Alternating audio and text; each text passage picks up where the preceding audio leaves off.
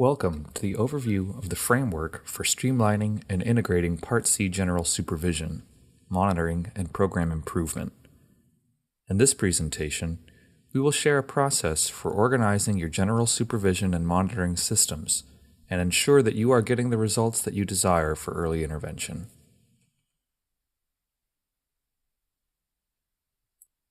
This framework may be used for organizing the process of streamlining and integrating Part C general supervision, monitoring, and program improvement activities.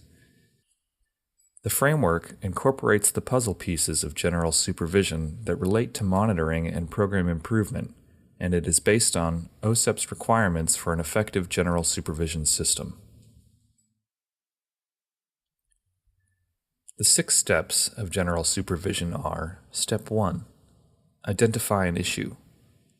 Step 2. Determine the extent or level of the issue. Step 3. Determine the cause of the issue. Step 4. Assign accountability for the issue and its resolution. Step 5. Ensure and verify resolution of the issue. And Step 6. Follow up on resolution of the issue. Each of the 6 steps builds on the prior step and incorporates inputs from a variety of sources. The online interactive guide discusses each of the 6 steps in detail and provides a list of state challenges as well as available national and state resources for each step. Various integrated on-site and off-site monitoring activities, as well as data on process and results, will contribute to actions taken in the 6 steps. Let's take a few minutes and talk about each of these inputs.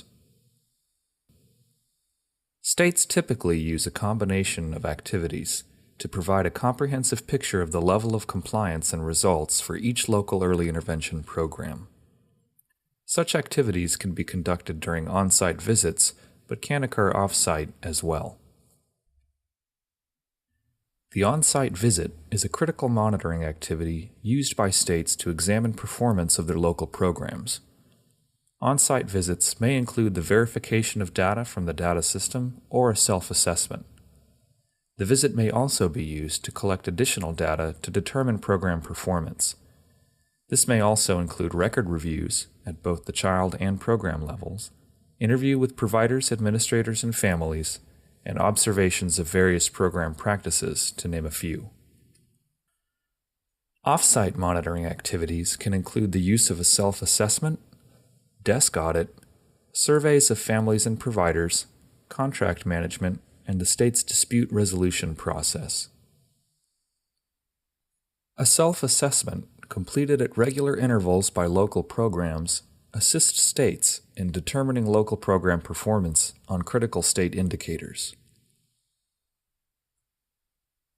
A desk audit is the process of the state reviewing materials and information that are representative of a program's performance. Such information may include data from the state data system, completed self-assessment, family survey, dispute resolution process, and previous monitoring reports. The desk audit can assist the state in identifying what issues need further investigation during an on-site visit, and can also be used as an off-site means of conducting annual monitoring of programs on specific indicators. Surveys of families and providers can be used instead of or in addition to conducting interviews during an on-site visit. This data can assist the state in determining if an on-site visit is needed, and if so, what areas need to be further investigated. Contract management is also a critical component of oversight and monitoring that can help provide a comprehensive picture of the local program's performance with programmatic and fiscal requirements. States also rely on data from their dispute resolution system, including complaints, mediation, resolution sessions, and due process hearings. These data help facilitate the identification and correction of non-compliance, as well as identify components of the system that need improvement, such as policies, procedures, guidelines, or written agreements.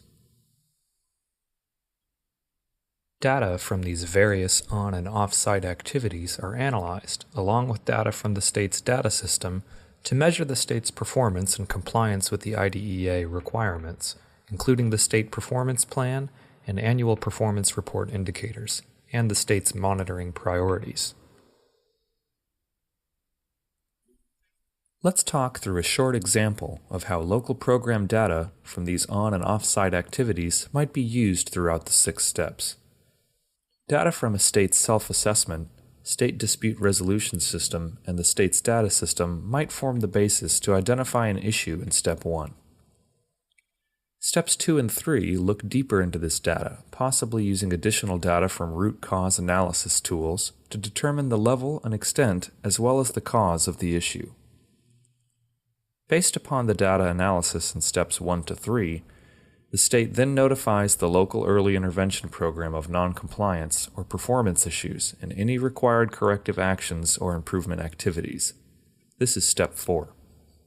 In Step 5, new data from the state's database or data reported by local programs are used to verify correction of noncompliance or resolution of the performance issue. Finally, in Step 6, new data from the state's self-assessment, state dispute system, and the state's data system are used to follow up on the resolution of the issue to ensure long-term resolution. In completing the 6 steps, there are a number of resulting outputs. These outputs include corrective action or improvement plans, incentives or rewards, targeted training and technical assistance, follow-up activities to verify correction, sanctions as appropriate, and public reporting. Let's look briefly at each of these in a little more detail. States are expected to enforce compliance with IDEA requirements.